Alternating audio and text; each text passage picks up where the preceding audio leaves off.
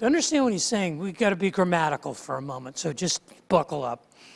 But what he's saying at the first phrase, I am the resurrection and the life, is grammatically interpreted as synonymous parallelism, that resurrection and life mean exactly the same thing. But it's possible to see them as complementary, not synonymous.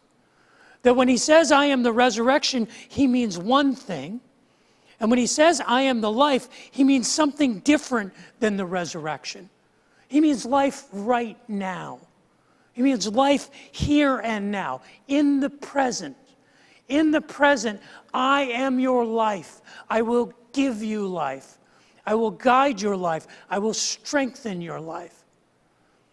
He goes on to say, he who believes in me will live.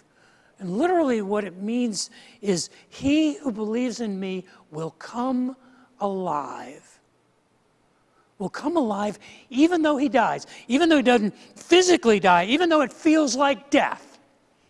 That's how it feels right now. It feels like death is encroaching on us, and so we have to go to our separate corners and isolate ourselves so that death doesn't overwhelm us. But if you're driving around, if you're operating a small business, if you are living comfortably in the rhythm of your life, something feels like it has died.